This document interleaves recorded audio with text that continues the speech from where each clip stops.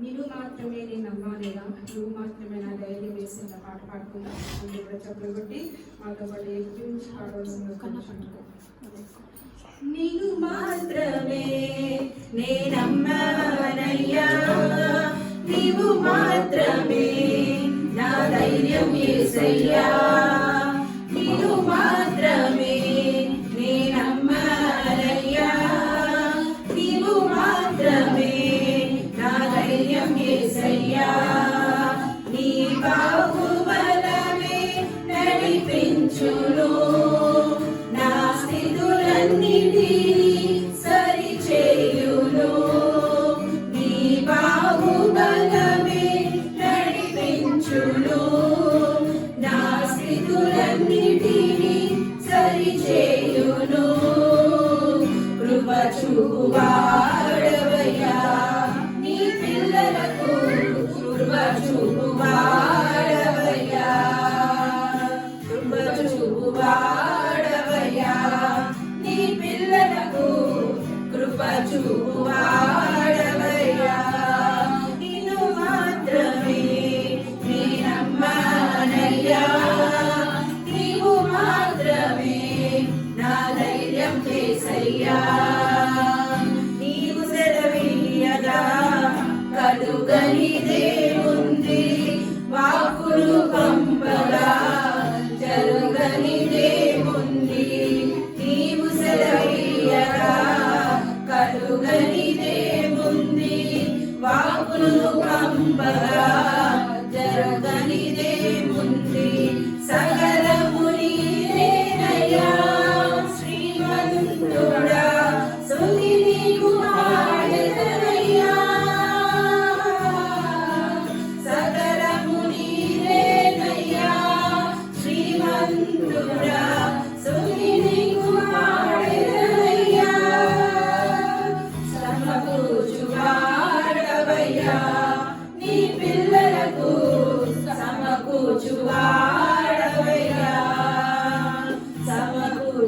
సమకూర్చువాడవయ్యా, నీ పిల్లలకు సమకూర్చువాడవయ్యా, నీవు మాత్రమే నేనమ్మానయ్యా, నీవు మాత్రమే నా ధైర్యం యేసయ్యా, నా ముందు నీవుండగా ఎదురొచ్చువాడెవడు, కార్యము చేయగా అడ్డుపడువాడెవడు, నా ముందు నీవుండగా ఎదురొచ్చువాడెవడు, కార్యము చేయగా అడ్డుపడువాడెవడు, యుద్ధము నీవేనయ్యా ఓ శూరుడా, ముందుకు సాగెదనయ్యా, యుద్ధము నీవేనయ్యా ఓ శూరుడా, ముందుకు సాగెదనయ్యా, జయమిచ్చువాడవయ్యా, నీ పిల్లలకు జయమిచ్చువాడవయ్యా, జయమిచ్చువాడవయ్యా, నీ పిల్లలకు జయమిచ్చువాడవయ్యా, నీవు మాత్రమే నేనమ్మానయ్యా, నీవు మాత్రమే నా ధైర్యం యేసయ్యా, నీవు కరుణించగా కాదను వాడెవడు, శక్తితో నింపగా ఓడించువాడెవడు, నీవు కరుణించగా కాదను వాడెవడు, శక్తితో నింపగా ఓడించువాడెవడు, సాయము నీదేనయ్యా సహాయముగా నీలో సాగెదనయ్యా, సాయము నీదేనయ్యా సహాయముగా నీలో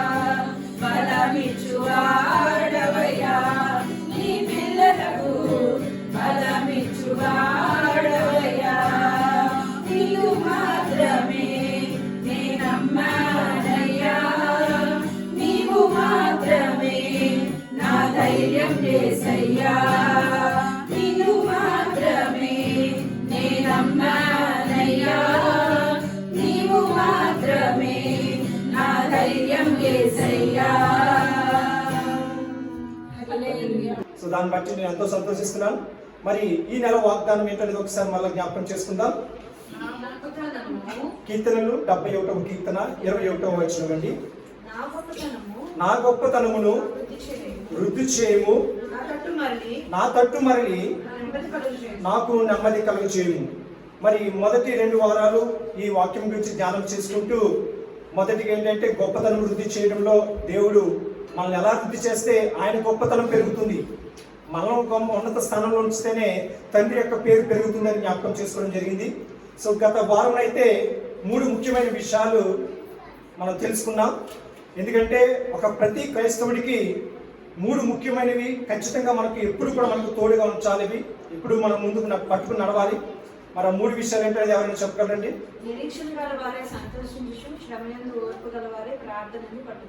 మొదటిది ఏంటండి? నిరీక్షణ కలిగి ఉండాలి. నిరీక్షణ మనకి చాలా ముఖ్యమైనది. తర్వాత రెండవది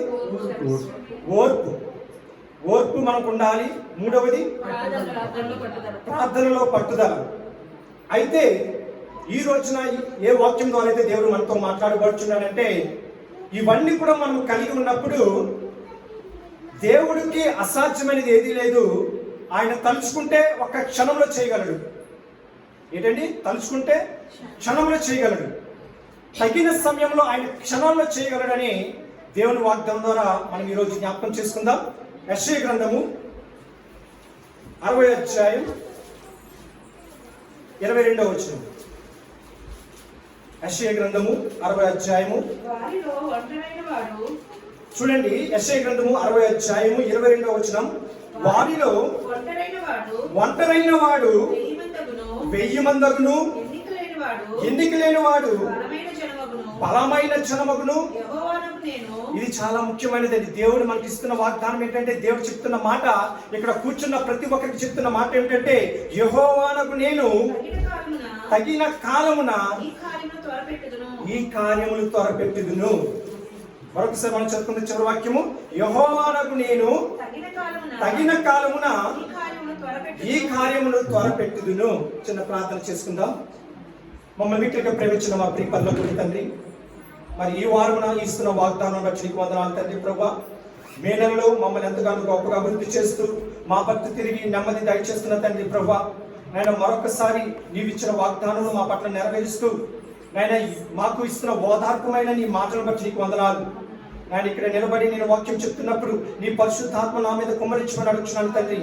నాయన నీ మాటలు, బైబిల్ ఉన్న మాటలు చెప్పడానికి నాకు సహాయం చేయతండి. ప్రభువా, లోకంలో గలిబిలి మాటలు ఏది కలగకుండా నాయన నువ్వు చేసిన కార్యాలు వివరిస్తూ ముందుకు సాగడానికి సహాయం చేయండి.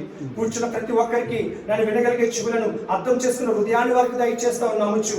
మీకే మహిమ ఘనత ప్రభావం చెల్లించుకోమని యేసు నామమున ప్రార్థనలు వేడుకొందుకుంటున్నాము తండ్రి. ఆమేన్. ప్రియమైన సహోదరి సహోదరులారా, మనం చివరిన మన వాక్యంలో మనం జాగ్రత్తగా గమనిద్దాం. యెహోవానకు నేను తగిన కాలమున ఈ కార్యములను త్వరపెట్టుదును. చూడండి, మనం అనుకుంటాం, ఎందుకు ఈ శ్రమ వచ్చింది, ఎందుకు ఈ కష్టం వచ్చింది, ఎందుకు ఈ బాధ వచ్చింది, దేవుడు నన్ను చూడడం లేదా, దేవుడు నన్ను మర్చిపోయారా, ఏంటి నా ప్రభు ఎందుకు నన్ను విడిచిపెట్టాడు అని అనుకుంటున్నాం. కానీ దేవుడు చెప్తున్న మాట ఏంటంటే, తగిన కాలమున ఆయన ఏం చేస్తాడండి? నెమ్మదిగా చేస్తాడండి. ఆయన త్వరపెట్టుదును అంటే దాని అర్థం ఏంటండి? ఇప్పుడు మీరు చర్చికి వెళ్తున్నప్పుడు పేరెంట్స్ ఏం చేస్తారు? త్వర పెడతారు మనల్ని, తొందరగా వెళ్ళాలి, తొందరగా వెళ్ళాలి, తొందరగా వెళ్ళాలని. అదే దేవుడు మన విషయంలో కూడా అదే ఆశ కలిగి ఉన్నాడు. ఆ సమయం వచ్చినప్పుడు మనం తగ్గిన వెంటనే మనం ఊహించిన విధంగా ఆ కార్యాలు టక్కన జరిగిస్తాడు దేవుడు. అంత గొప్ప దేవుడు మన దేవుడు. మనం అనుకుంటాం, ఏంటి ప్రభు నన్ను మర్చిపోయాడు, ఏంటి, ఎందుకు ఈ కార్యాలు జరగడం లేదు, ఎందుకు ఈ శోధనలకు ఇలా ఉంటున్నాయి, ఇంకెంత కాలం నేను ప్రార్థన చేయాలి ప్రభువా అని అనుకుంటూ ఉన్నాం. కానీ దేవుడు ఆ కార్యాలు ఆల్రెడీ మీలో మొదలుపెట్టి ఉన్నాడు. ఆ సమయం వచ్చినప్పుడు మీరు అనుకోవచ్చు, ఈ పని జరగాలంటే ఇంకొక 2 నెలలు పట్టాలేమో, ఇంకొక వారం పట్టాలేమో, లేకపోతే ఇంకొక సంవత్సరం పట్టాలేమో అనుకుంటాం. కానీ దేవుడు వెంటనే తక్కువని మీ జీవితంలో గొప్ప కార్యాలు జరిగిస్తాడు. దేవుడికి స్తోత్రం. హల్లెలూయా, హల్లెలూయా, హల్లెలూయా. కనుక మన దేవునికి అసాధ్యమైనది ఏదీ లేదు. ఒక మాట నేను చెప్తాను. ఒక రైతు ఒక విత్తనాన్ని భూమిలో వేసినప్పుడు ఆ రైతు అనుకున్న మాట ఏంటంటాడు? తన ఆలోచన ఏంటిది? వెంటనే మొలకొచ్చేసి వెంటనే దాన్ని ఫలింప చేశారని ఆలోచిస్తాడండి. ఏం చేస్తారు? తగిన సమయంలో కోత కాలం వరకు ఎదురు చూస్తాడు. అలాగే క్రైస్తవులమైన మనము మన జీవితంలో ఎన్నో సమస్యలతో మనం ఇరుక్కుపోయి ఉన్నాం. దానికి పరిష్కారం ఏంటి రావడం లేదనుకుని ఒక ప్రశ్న వేసుకుని మనం దేవుడిని దూషిస్తూ ఉన్నాం. కానీ దేవుడు చెప్తున్న మాట అంటే తగిన సమయమున, ఆ సమయం ఎంతో దూరం లేదు, తగిన సమయమున ఖచ్చితంగా అది మీకు నెరవేరుస్తాను. అయితే దానికి ఒక కీ ఉంది. ఆ తగిన సమయం ఏంటంటే విశ్వాసం ద్వారా. నా దేవుడు ఇప్పుడే కార్యములు జరిగిస్తాడు అని ఎవరైతే విశ్వసించి నమ్ముతారో వారి పట్ల దేవుడు వెంటనే తన కార్యాలు నెరవేరుస్తాడు. మరి మనం అనుకోవచ్చు, మరి నేను విశ్వాసంతో ప్రార్థన చేస్తున్నాను, ఎందుకు ఈ కార్యాలు జరగట్లేదో మీరు అనుకోవచ్చు. నీ విశ్వాసం మీద ఒక్కసారి మనం పరిశోధన చేసుకుందాం. మనం దేవుడి మీద పరిశోధన చేయడం కాదు, దేవుడి మీద మనం దూషించడం కాదు. ఇంకా నాలో ఏదైనా కొరత ఉందేమో, ఇంకా నేను దేవుడిలో ఎదగాలేమో, ఇంకా దేవునికి నేను కన్నీరు విడిచి ప్రార్థన చేయలేమో, ఇంకా నేను దేవుడితో దగ్గరగా ప్రార్థన చేసి గోచాడాలేమో అని ఒక్కసారి మనం పరిశోధించుకున్నప్పుడు దేవుడు తగిన కాలమున, అది మనకు తెలియదు, ఇంకా ఎన్నో సంవత్సరాలు ఎదురు చూడాలేమో అనుకుంటాం. కానీ ఒక్క క్షణంలోనే దేవుడు ఆ కార్యాన్ని నెరవేరుస్తాడు. దేవుడు నమ్మిన వారు దేవుడి స్తోత్రం చెప్తాం. హల్లెలూయా, హల్లెలూయా. కనుక ప్రియమైన సహోదరులారా, మనం అనుకుంటాం, ఏంటి ప్రభువా, అందరూ చుట్టుపక్కల ఉన్న వాళ్ళందరూ బాగున్నారు, నాకే ఎందుకు ఈ సమస్య, నాకే ఎందుకు ఈ శోధన అనుకుంటాం. కానీ ప్రతి ఒక్కరికి సమయం కలదు, ప్రతి దానికి ఒక సమయం కలదు. ఆ సమయంలో దేవుడు మీరు అనుకున్న సమయం కంటే వెంటనే తక్కువని ఆయన కార్యాలు మీకు పట్ల జరిగిస్తాడు. మరి ఆ కార్యాలు మనం బైబిల్లో చూస్తాం. ఆ కార్యాలు దేవుడు తలుచుకుంటే ఎంత గొప్ప కార్యాలు చేయగలడు అనేది మనం బైబిల్లో చూద్దాం. దేవుడికి అసాధ్యమైనది ఏదీ లేదు. పెద్ద పెద్ద రాజులు యుద్ధాలు సైన్యం పట్టుకుని ఎదురుగా వస్తూ చుట్టుముట్టు ముట్టేస్తున్నారు. కానీ దేవుడు వారి క్షణాల్లో, ఒక్క క్షణంలోనే వారు నిలబడ్డ చోట నుంచి పారిపోయేలాగా దేవుడు చేశాడు. అంత గొప్ప దేవుడు మన దేవుడు. మరి నీ సమస్యలు, నీకున్న కష్టాలు చూసి మీరు భయపడవద్దు. దేవుడు ఇస్తున్న వాగ్దానం ఏంటంటే తగిన సమయంలో తక్షణమే వెంటనే మీకు ఆ పట్ల కార్యము జరిగిస్తాను. విశ్వాసము కలిగి నా పట్ల ఎదురు చూడండి. అదే గత వారంలో మనం తెలుసుకున్నాం. నిరీక్షణ కలిగి, ఓర్పు కలిగి, పట్టుదల కలిగి ప్రార్థన చేద్దాం.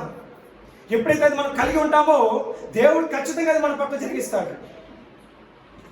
మనం అనుకుంటాం ఇంకా ఎంత సమయం ఎదురు చూడాలి, ఇంకా ఎంత కాలం ఎదురు చూడాలని.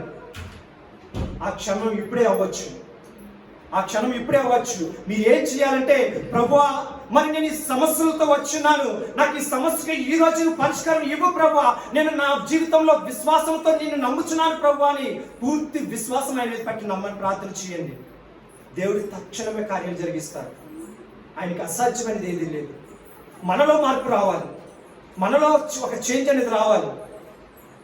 ఎదుటివారు ఎలా ఉన్నారో మనము అలాగే వెళ్తే మనం ఎలా కార్యాలు చూడగలము. ఒక చేంజ్ అనేది మనలో ఉండాలి, ఒక మార్పు అనేది మనలో ఉండాలి. మరి దేవుడు చేసిన కార్యాలు మనం చూద్దాం. మనందరికీ తెలుసు, దేవుడు ఇశ్రాయేలు ప్రజలను ముందుకు నడిపిస్తూ ఉన్నప్పుడు వారికి ఎదురైన శోధనలు మనం చూద్దాం. 2వ రాజుల గ్రంథం 7వ అధ్యాయం 3వ వచనం. 2వ రాజుల గ్రంథము 7వ అధ్యాయం 3వ వచనం. అప్పుడు పట్టణపు గుమ్మపు నద్ద 4 కుష్ఠరోగులు ఉన్నారు. చాలండి, ఇక్కడ చూడండి. ఆ వాక్యమును మనం ముందు భాగంలో 6వ అధ్యాయం చివరి వచనాలు మనం చదువుకున్నట్లయితే, చాలండి అని చెప్తాను చూడండి. అది కొంచెం పెద్దగా స్టోరీ ఉంటుంది, సమయం లేదు కనుక నేను క్లుప్తంగా వివరించి అర్థమయ్యే విధంగా నేను చెప్పి వెళ్తాను. ఇశ్రాయేలు ప్రజలందరినీ కూడా సిరియా రాజు, ఏ రాజు అండి? బెన్హదదు, సిరియా రాజు, సిరియా ప్రాంతపు రాజు వచ్చి ఏం చేశారంటే, ఇప్పుడు మనం ఇలా గుంపుగా కూర్చుని ఉన్నాం. ఆ రాజు ఏం చేశారంటే ఎలాగైనా సరే వీళ్ళు చంపాలని చుట్టూ సైన్యంతో చుట్టుముట్టాడు. చుట్టుముట్టి ఈ రాజ్యం లోపలికి ఆహారం కానీ ఎటువంటి పనులు జరగకుండా చుట్టూ కాపలా కాస్తున్నాడు. ఎప్పుడు దొరుకుతారా, ఎప్పుడు చంపేద్దామని. ఇశ్రాయేలు ప్రజలందరూ కూడా భయపడిపోతున్నారు. ప్రభువా మమ్మల్ని ఇంతవరకు నువ్వు కాపాడావు. మరి ఈ సిరియా రాజులు, ఈ సిరియా సైన్యం అనేది చాలా భయంకరమైన సైన్యం, వీరి నుండి మేము ఎలా తప్పించుకోవాలి ప్రభువా అని ప్రార్థన చేస్తూ వారి భయంతో లోపల ఉన్నప్పుడు ఆ పట్టణపు గుమ్మము దగ్గర, అంటే పట్టణపు ద్వారము దగ్గర 4 కుష్ఠరోగులు ఉన్నారు. 4 కుష్ఠరోగులు ఉన్నారు. వారు ఏమనుకుంటున్నారు? కిందకు చదువుతూ 4వ వచనంలో, వారు ఒకరినొకరు చూసి ఎలాగ వారు అనుకున్నది ఏంటంటే, బయటికి వెళ్తే సిరియా రాజులు మనం చంపేస్తారు, సిరియా దండు మనం చంపేస్తుంది, లోపల ఉంటే కరువుతో చచ్చిపోతాం, ఆహారం లేదు, కనీసం ఉండడానికి ఏమీ లేదు, పట్టణ ప్రజలే ఏమీ లేకున్నారు, కుష్ఠరోగులు ఉన్న మనకెవరు పెడతారు అని వారు బాధతో ఏమనుకుంటున్నారంటే, మనము చచ్చిపోయే వరకు ఇక్కడ ఎందుకు కూర్చుని ఉండాలి, కుష్ఠరోగమైన మనం ఎందుకే కూర్చుండాలి, ఎలాగా చచ్చిపోతున్నాం అనుకున్నారు వారు. ఇక జీవితం అనేది నిరాశ కోల్పోయారు వాళ్ళు. చదవండి. పట్టణంలోకి లోపలికి వెళ్తే పట్టణం లోపల కరువు ఉంది, ఆ కరువు ద్వారా ఎలాగైనా మనం చచ్చిపోతాం, ఇక్కడ కూర్చుని ఉన్నా సరే ఇక్కడ చచ్చిపోతాం, పద సిరియన్ దండులోనికి వెళ్ళిపోతాం. అంటే ఎక్కడికి వెళ్ళిపోతున్నారు? శత్రు సైన్యం దగ్గరికి వెళ్ళిపోతున్నారు. వారు మనల్ని బ్రతికనిచ్చినా బ్రతుకుదము, మనల్ని చంపినా చచ్చిపోదామని ఈ కుష్ఠరోగులు అనుకున్నారు. అని వీళ్ళు ఏం చేస్తున్నారు? ఆ సైన్యం దగ్గరికి వెళ్తున్నారు. ఇక్కడ వారి సమస్యను చూసి భయపడలేదండి, శత్రువుని చూసి భయపడలేదు. ఏదైనా సరే వారు బ్రతికినిస్తే బ్రతుకుతాం, లేకపోతే చచ్చిపోతే చచ్చిపోతాం, దేవుడు ఉన్నాడు, దేవుడు బతికినిస్తే మనుషుల ద్వారా బతికినిస్తాడు, లేకపోతే చంపేస్తాడు అని ఒక తీర్మానం తీసుకుని కుష్ఠరోగులు ఏం చేస్తున్నారంట? వారి దగ్గరికి వెళ్తూ ఉన్నారంటే. అయితే వారి దగ్గరికి వెళ్తున్నప్పుడు అక్కడ దేవుడు చేసిన కార్యం ఏంటంటే, వీరు 4 మాత్రమే వెళ్తున్నారు, కానీ సిరియా సైన్యానికి ఏమని తెలిసిందండి, ఏమని దేవుడు వినిపించాడు? చూద్దాం, కిందకి చదువుకుందాం. 6వ వచనం చూడండి. ఈ 4 వ్యక్తుల ద్వారా దేవుడు సృష్టించిన కార్యం ఏంటంటే, రథముల ధ్వని, గుర్రముల ధ్వని, గొప్ప సమూహము ధ్వని. చూడండి, 4 ద్వారా దేవుడు ఎంత కార్యం జరిగించాడంటే, పెద్ద పెద్ద గుర్రాలు వేసుకుని, రథాలు వేసుకుని సైన్యం అంతా కూడా వస్తున్నట్టుగా గొప్ప శబ్దాన్ని సృష్టించి ఆ సిరియా ప్రజల సైనికులకి ఈ ధ్వనిని వినిపించాడంట. వెంటనే సిరియా ప్రజలు ఏమనుకున్నారంట, సైనికులు ఏమనుకున్నారంట, అబ్బో ఇశ్రాయేల్ ప్రజలు రాజు ఏం చేశాడు, చుట్టుపక్కల ఉన్న వాళ్ళ సైన్యాలందరినీ కూడా కూడబెట్టుకుని మన మీదకి యుద్ధానికి పంపిస్తున్నాడు అని వారు ఏం చేశారండి? వారు వేసుకున్న గుడారాలు, వారికి తెచ్చుకున్న ఆ ముట్టలు, సంబులు ఇవన్నీ కూడా సర్దుకుని వెళ్తున్నారా? చదువుతాం, కింద చదువుతాం. చూడండి 7వ వచనం. లేచి తమ గుడారంలోనైనను, గుర్రంలోనైనను, గాడిదలలోనైనను, దండుపేటలో ఉన్న వాటిలోనైనను, ఏదైతే వారు పెట్టుకుని తెచ్చుకున్నారో, వారి కూడా తెచ్చుకుని ఏదైతే పెట్టుకున్నారో అవన్నీ కూడా విడిచిపెట్టి తన ప్రాణములను రక్షించుకోవడానికి వెంటనే వారు పారిపోయారంటే. మరి దేవుడు వారిని ఏమైనా సమయం ఇచ్చాడా? మరి మీరు సర్దుకుని వెళ్ళండి అని, లేకపోతే మీరు అన్ని ఒక 6 రోజుల నుండి వేరే స్థలం తీసుకుని వెళ్ళమని అవకాశం ఇచ్చాడా? వెంటనే క్షణమే శత్రువులు పారిపోయేలాగా చేశాడు దేవుడు, గొప్ప దేవుడు. హల్లెలూయా, హల్లెలూయా. మరి దేవుడు తలుచుకుంటే క్షణాల్లో ఎంత భయంకరమైన శత్రువు అయినా సరే, ఎంత పెద్ద సమస్యనైనా సరే చిటికలో మార్చేయగలండి. మరి అంత భయంకరమైన దండు ఈ సిరియా రాజుల యొక్క సైన్యం అంతా కూడా కూడి వచ్చి ఈ ఇశ్రాయేల్ ప్రజలు ముట్టినప్పుడు దేవుడు చేసిన కార్యం ఏంటంటే, వారికి గలిబిలి సృష్టించాడు. అక్కడ కేవలం 4 కుష్ఠరోగులు మాత్రమే వెళ్తున్నారు. 4 కుష్ఠరోగుల ద్వారా ఎంత గలిబిలి సృష్టించాడండి దేవుడు. రథాలు, గుర్రాలు, సైన్యము, రాజ్యం మీదకి రాజ్యం వచ్చినంత గొప్ప ధ్వని సృష్టించి సిరియా రాజుల యొక్క సైనికులందరినీ కూడా వారికి ఏదైతే తెచ్చుకున్నారో అవన్నీ కూడా అక్కడే విడిచిపెట్టి అందరూ కూడా పారిపోయేలా చేశాడు. మరి దేవుడు కూడా మనకున్న సమస్యలు, మనకున్న శత్రువుల విషయాల్లో, మనకున్న శోధనలో కూడా నీకు తక్షణం నీకు విడుదల ఇచ్చే దేవుడు మన దేవుడే ఉన్నాడు. దేవునికి స్తోత్రం. హల్లెలూయా, హల్లెలూయా, హల్లెలూయా. నువ్వు అనుకోవచ్చు, ఎన్ని సంవత్సరాలు ఇది, ఎన్ని దినాలు నేను ఎదురు చూడాలనుకుంటున్నాము. నువ్వు నమ్మకంతో, విశ్వాసంతో దేవుని మీద ఆధారపడు, దేవుడికి ప్రార్థన చేయి. దేవా నేను నమ్ముచున్నాను ప్రభా, ఈ కార్యం నా పట్ల నువ్వు జరిగిస్తున్నావు, నీకు అసాధ్యమైనది ఏది లేదు అని నువ్వు ఎప్పుడైతే నమ్ముతావో తక్షణమే నువ్వు ఫలితాన్ని చూడగలవు.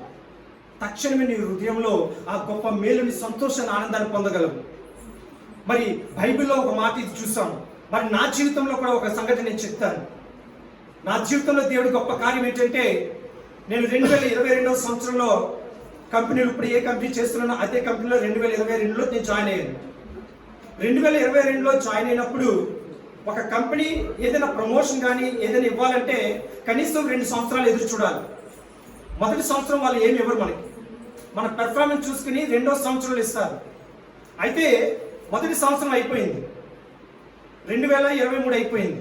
2024లో అయితే 2023 నుంచి 6 నెలలు గడిచిపోయాయి. 6 నెలలు గడిచిపోయిన తర్వాత ఇంకా 6 నెలలు ఉన్నాయి. ఈ 6 నెలల్లో మేము ఏమనుకున్నామంటే, ఖచ్చితంగా ఈ 6 నెలలు అయిపోయిన తర్వాత దేవుడు మనకి ప్రమోషన్ ఇస్తాడు. ఈ ప్రమోషన్ ద్వారా ప్రిన్సీని, నా కుమార్తెని స్కూల్లో జాయిన్ చేసుకుంటే ఆ స్కూల్ ఫీజు మనం అలా కట్టడానికి సరిపోతుంది, నెల నెల మనకు కొంచెం ఆ బడ్జెట్ అనేది కొంచెం యాడ్ అవుతుంది అనుకుని మేము ప్రార్థన చేయడం మొదలు పెట్టాం. ఎన్ని నెలల్లో జరుగుతుందని మేము ఎప్పుడు ప్రారంభించామండి? ఇంకా 6 నెలల సమయం ఉంది.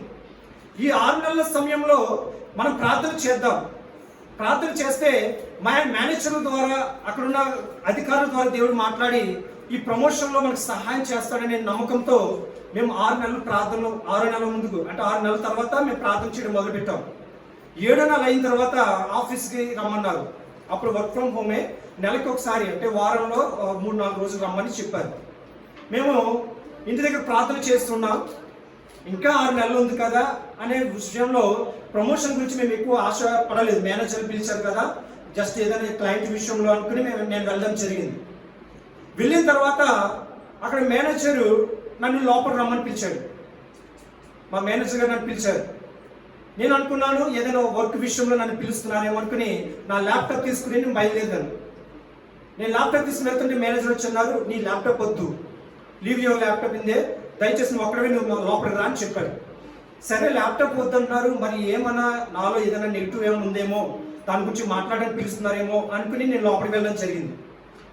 వారు వెళ్ళిన తర్వాత నీ వర్క్ ఎలా ఉంది ఏంటి అని అడుగుతున్నారు. అంతా బాగానే ఉంది, నేను బాగానే చేసుకుంటున్నాను, ఎటువంటి ప్రాబ్లమ్స్ కానీ ఏమీ లేవు అని చెప్పాను. అయితే వాళ్ళు ఏం చేస్తున్నారంటే సడన్గా నా ముందు జీవితం గురించి మాట్లాడుతూ నీకు ఎంత వస్తుంది, నీది ఇంత అని అడుగుతున్నారు. నేను అనుకున్నాను ఇది మరలా ఎందుకు గుర్తు చేస్తున్నారో, మేబీ నెక్స్ట్ 6 నెలలు అయిన తర్వాత పెంచుతారు కదా, ఈసారి కూడా ఏమో పెంచరేమో ఏంటో, మరి ఎందుకు మాట్లాడుతున్నారో అనుకుని నేను ఆలోచిస్తూ ఉన్నాను. నాలో క్వశ్చన్ మార్క్ ఉంది. కానీ వారు మాట్లాడుతున్న మాటల్లో ఏంటంటే, నీకు ఇంకా 6 నెలల ముందుగానే నేను నీకు ప్రమోషన్ ఇస్తున్నాను, ఈ 6 నెలలకు ముందుగానే నీకు జీతం అనేది పెంచుతున్నానని వారు నాకు చెప్పడం జరిగింది. చెప్తుంటే నా పరిస్థితి ఎలా ఉందంటే సంతోషం లేదు, దేవుని నేను లోపల ఆనందిస్తున్నాను. వాళ్ళు ఏమో నా ముఖంలో ఏమో క్వశ్చన్ మార్క్ చూస్తున్నారు. ఏంటి రాజు నువ్వేంటి ఆలోచిస్తున్నావు, వై నీ ఫేస్ ఎలా ఉంది అని అడుగుతున్నారు. బట్ నేను తలుచుకున్నది ఏంటంటే, ప్రభా నేను 6 నెలల కొరకే నేను ప్రార్థన చేస్తున్నాను, ప్రభా నేను 6 నెలల్లోకి వచ్చి ఆ ప్రమోషన్ గురించి ప్రార్థన చేస్తున్నాను, కానీ నువ్వు 6 నెలల ముందుగానే నాకు ఇది ఇస్తున్నావు ప్రభా అని నేను లోపల ప్రార్థన చేసుకుంటూ దేవానికి స్తోత్రాలు ప్రభా నేను ప్రార్థన చేసుకుంటుంటే వాళ్ళు అడుగుతున్నారు, ఎందుకు నీలో సంతోషం లేదు ఏంటని. నేను డైనమోలో ఉండిపోయాను మేడం అని. ఇంటికి వచ్చిన తర్వాత వాళ్ళకి మెసేజ్ పెట్టాను, మా మేనేజర్ నేను ఇలాగ 6 months ఉంది నాకు టైం అనుకుని మేము 1 month బ్యాక్ ప్రార్థన చేయడం మొదలుపెట్టాం. మరి నేను 6 నెలల తర్వాత వస్తున్న ప్రమోషనే దేవుడు నాకు ముందుగానే ప్రమోషన్ ఇచ్చినాడు. మరి నేను దేవునికి ఎంత రుణపడి ఉన్నానంటే, ప్రభా నువ్వు చేసిన కార్యములు ఎంతో గొప్పవి తండ్రి ప్రభా, నేను నువ్వు తలుచుకుంటే క్షణాల్లో చేయగలవని ఆ రోజున మేము దేవునికి ఎంత స్తుతులు చెల్లించామంటే, దేవుడు తలుచుకుంటే ఏదైనా సరే క్షణాల్లో చేయగలడండి. మేము దేవుణ్ణి ఆ విధంగా కనపరిచే విధంగా మనం ప్రార్థన చేయాలి. ఒకటే నమ్మాను, 6 నెలల తర్వాత దేవుడు ఖచ్చితంగా నాకు ప్రమోషన్ ఇస్తాడు. ఇంకా 6 నెలల సమయం ఉంది, కనీసం ప్రమోషన్ ఇస్తాడు, మనం ఇప్పటి నుంచే ప్రార్థన చేద్దామని ప్రార్థన చేయడం జరిగింది. మరి 6 నెలలు అవ్వకుండానే దేవుడు నాకు ప్రమోషన్ ఇచ్చాడు. మరి అదేవిధంగా మీ సమస్యలను కూడా ప్రభువా నేను ఎంతకాలం ఎదురు చూడాలనే విషయాన్ని పక్కన పెట్టి, ప్రభువా నీ కార్యములను జరిగిస్తావు దేవా, నీకు అసాధ్యమైనది ఏదీ లేదు, నువ్వు ఈ సమస్య నుంచి విడుదల ఇవ్వగల శక్తి కలిగిన దేవుడు తండ్రి ప్రభువా అని మీరు నమ్మి విశ్వాసం ఉంచి ప్రార్థన చేసినప్పుడు ఇప్పుడే మీ కళ్ళ ద్వారా దేవుడు గొప్ప కార్యం మీ పట్ల జరిగిస్తాడు. దేవుడికి స్తోత్రం. హల్లెలూయా, హల్లెలూయా. ప్రభువానికి దేవుడికి స్తోత్రం కలుగును గాక. సో దేవుడికి అసాధ్యమైనది ఏదీ లేదండి. మనం ఒకటి అనుకుంటాం, కానీ దేవుడు మనకన్నా ఊహించిన దానికన్నా గొప్ప పేర్లను మన పట్ల జరిగిస్తాడు. కనుక ఎప్పుడూ కూడా మన విశ్వాసాన్ని కోల్పోవద్దు, మన నమ్మకాన్ని కోల్పోవద్దు. సో అదేవిధంగా మరొక వాక్యం మనం చదువుకుందాం. నిర్గమకాండము 14వ అధ్యాయము 16వ వచనం.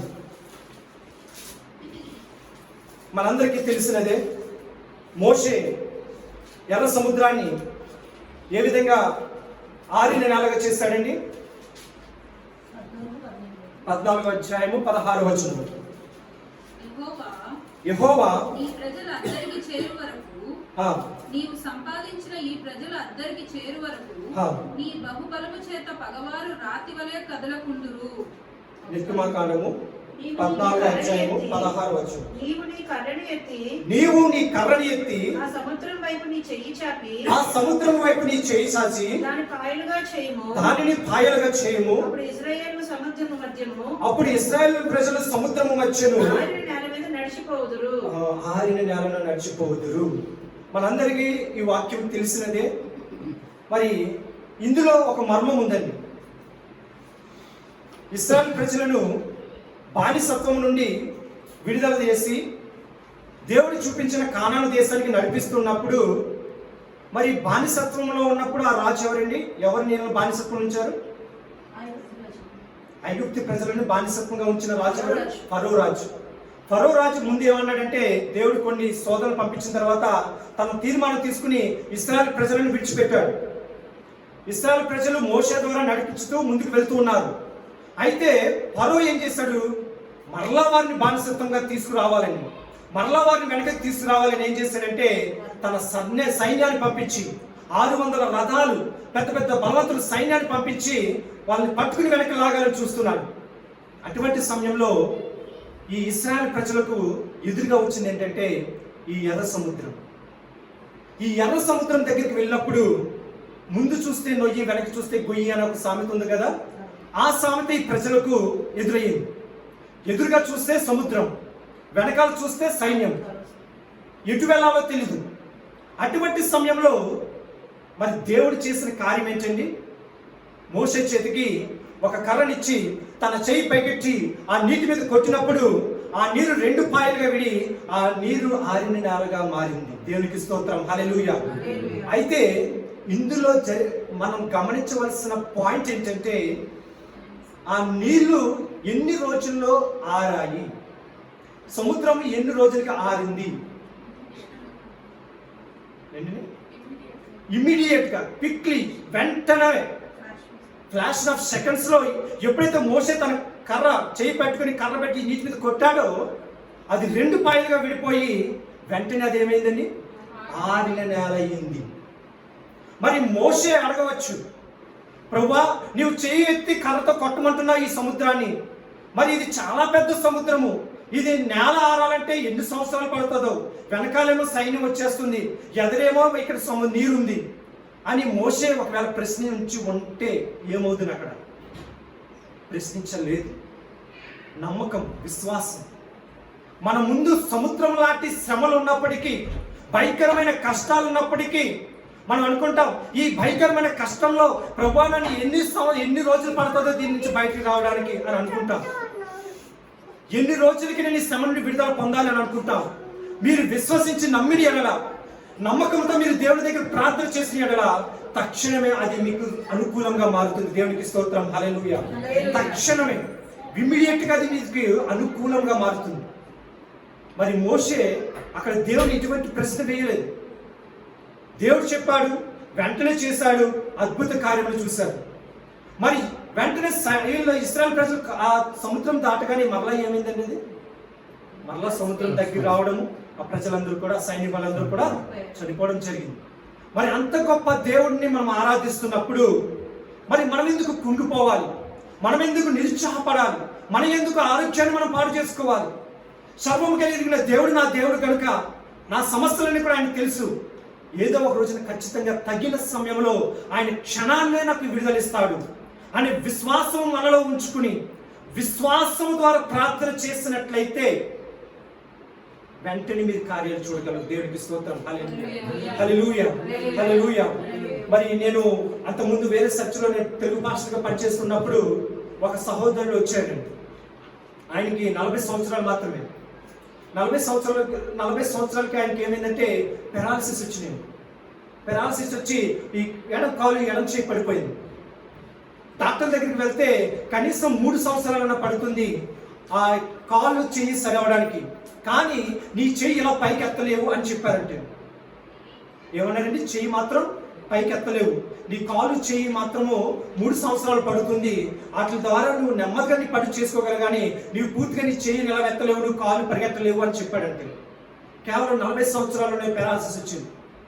ప్రార్థన చేసాం, దేవునికి అసాధ్యమైనది ఏది లేదని చాలా విశ్వాసంతో ప్రార్థన చేసాం. డాక్టర్ చెప్పింది 3 సంవత్సరాలు.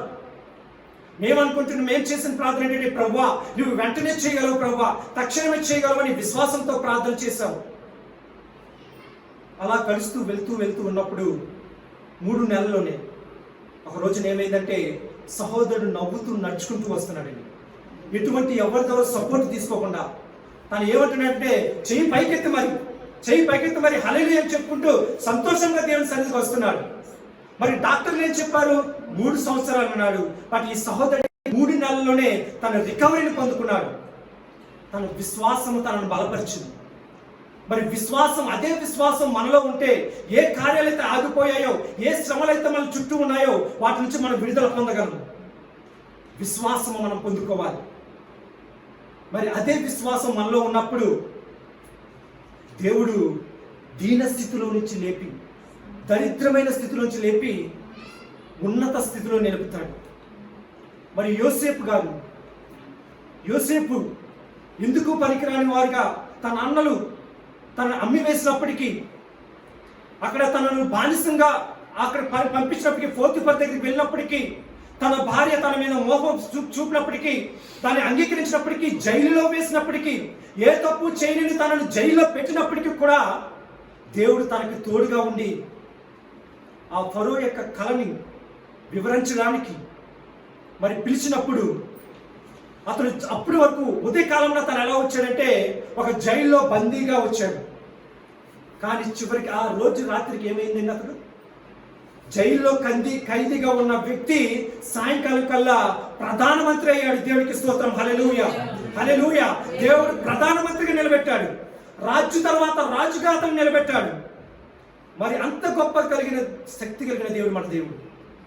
మరి అటువంటి కార్యంలో మనం బైబిల్లో చూస్తూ ఉన్నప్పుడు మనకి ఎందుకు ఈ నిరుత్సాహం, ఎందుకు ఈ బలహీనత?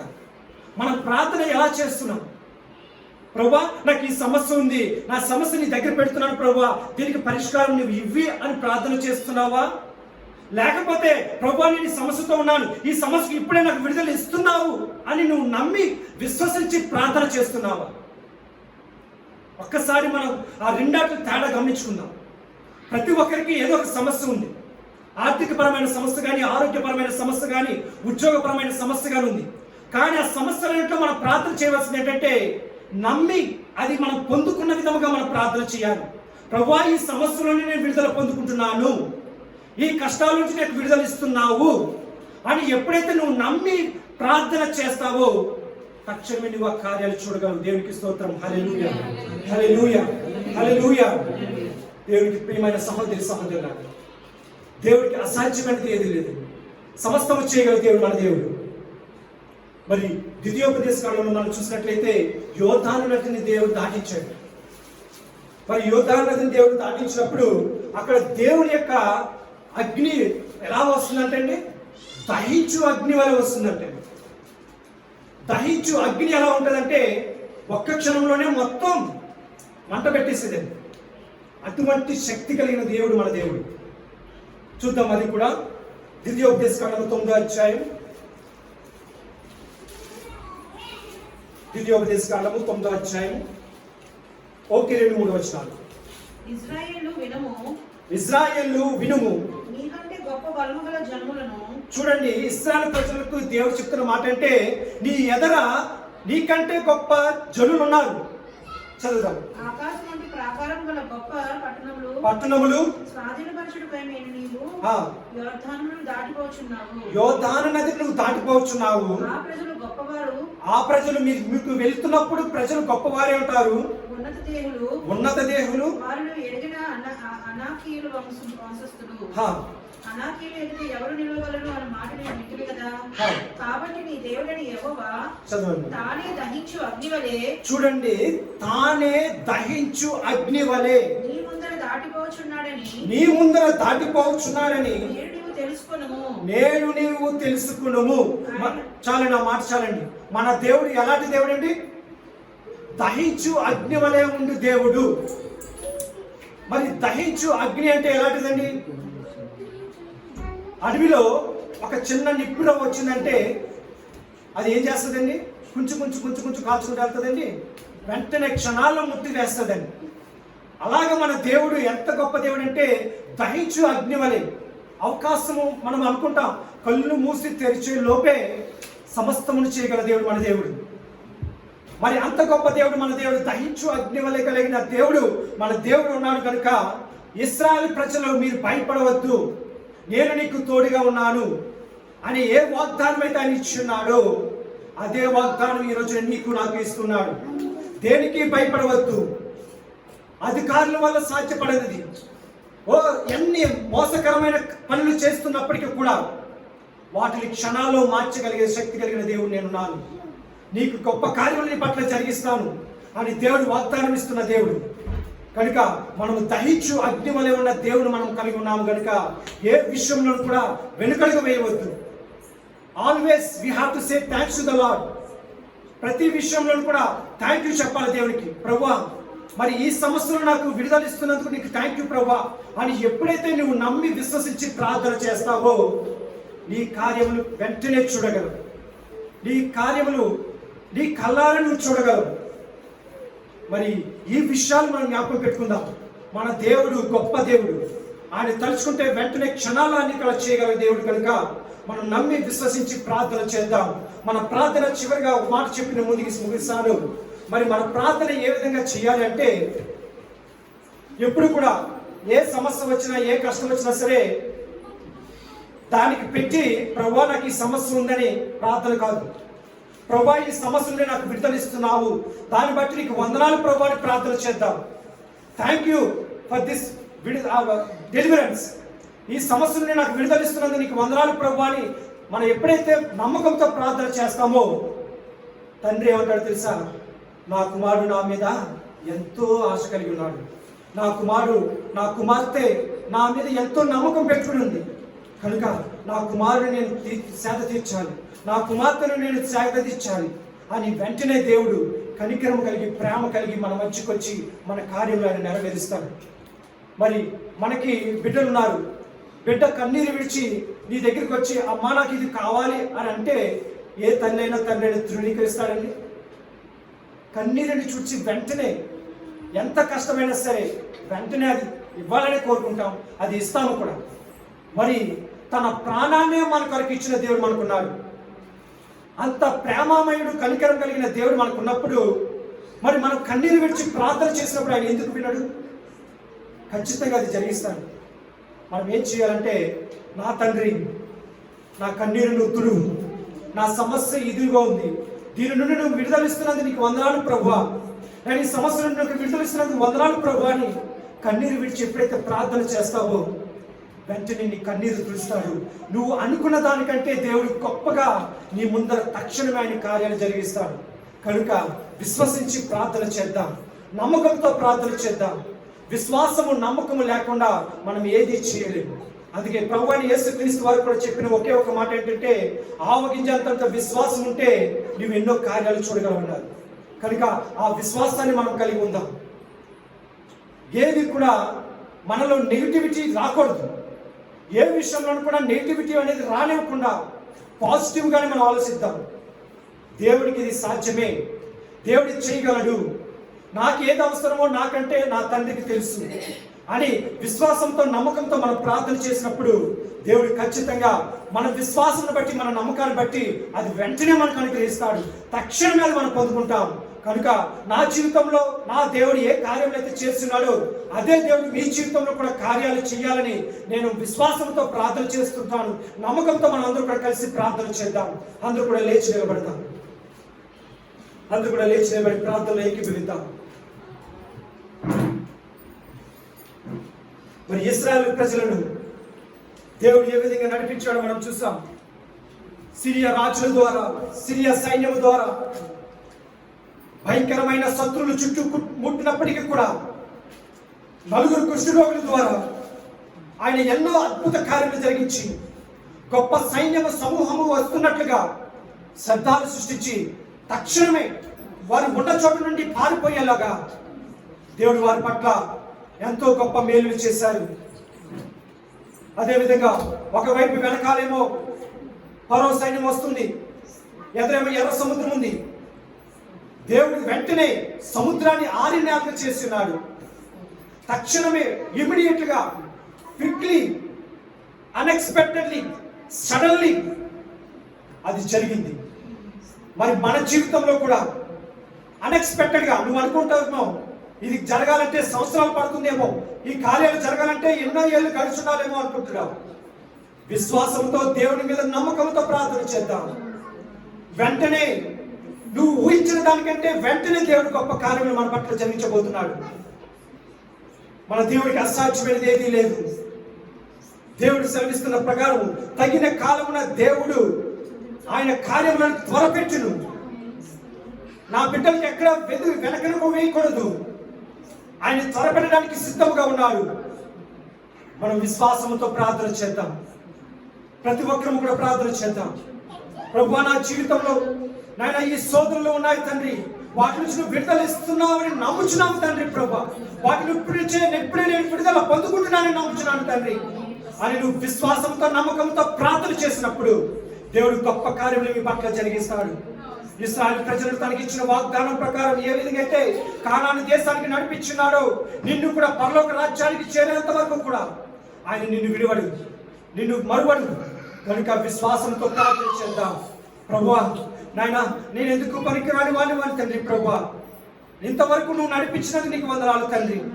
నేను ఇక మీద కూడా నువ్వు నన్ను నడిపించు తండ్రి ప్రభువా అని ప్రార్థన చేస్తూ, ప్రభువా నా జీవితంలో కార్యాలు వెంటనే జరిగిస్తున్నందుకు నీకు వందనాలు ప్రభువా అని విశ్వాసంతో ప్రార్థన చేద్దాం. ఆయన నీ కార్యములు అద్భుతమైనవి తండ్రి. ప్రభువా, నమ్ముట నీ వలనైతే నమ్మువానికి సమస్తము సాధ్యమని వాగ్దానం ఇచ్చిన దేవా తండ్రి. ప్రభువా, మేమందరం కూడా నమ్ముచున్నాము తండ్రి. ఏ సమస్యలతో అయితే ఇక్కడ కూర్చున్న బిడ్డలు వచ్చినారు తండ్రి, అవన్నీ కూడా నువ్వు వెంటనే తొలగిస్తున్నావని నమ్ముచున్నావు తండ్రి. ప్రభువా, వెంటనే వారికి విడుదల ఇస్తున్నావని నమ్ముచున్నాం తండ్రి.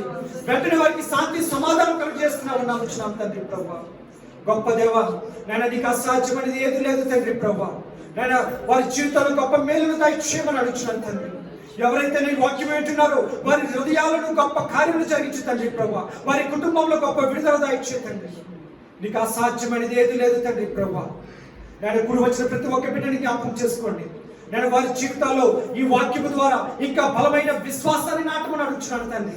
ఇంకా నీ యందు భయభక్తులతో ఇంకా నమ్మకంతో ముందుకు సాగడానికి సహాయం దయచేయండి తండ్రి. ప్రభువా, మరి ముఖ్యముగా నాయన తండ్రి, నేను ఎవరెవరైతే ప్రార్థన అవసరతలు కోరి ఉన్నారో ప్రతి అవసరతను నీ సన్నిధిలో మోకరిస్తూ ప్రార్థన చేస్తున్నాను తండ్రి. ప్రభా, ప్రతి అవసరతను తీర్చమని అడుగుతున్నాను. ఇప్పుడే యేసు నామములో వాటిని తీరుస్తున్నామని నమ్ముచున్నాము తండ్రి. ప్రభా, ప్రతి అవసరతను నువ్వు విడుదల దయచేస్తున్నామని నమ్ముచున్నాను తండ్రి. ఆయన గొప్ప కార్యములు జరిగించు తండ్రి. ప్రభా, ఈ న్యూ లైఫ్ మినిస్ట్రీను ఆశీర్వదించు తండ్రి.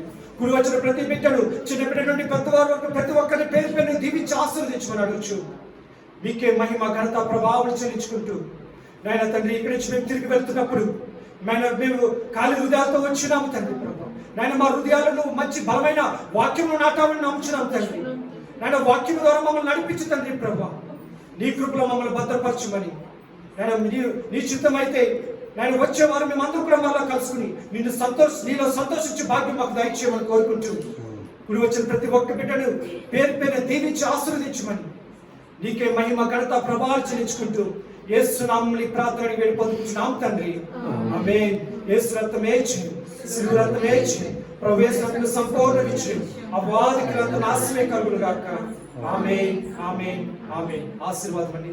మన పరలోకపు తండ్రి యొక్క ప్రేమయు, ప్రభు అయిన యేసుక్రీస్తు వారి యొక్క కృపయు, పరిశుద్ధ అన్యోన్య సహవాసము ఇప్పుడు ఎల్లప్పుడూ ఆయన రాకడ వచ్చేంత వరకు కూడా సదాకాలం మనందరికీ తోడేండి నడిపించును గాక. ఆమేన్, ఆమేన్, ఆమేన్. అందరికీ వందనాలు.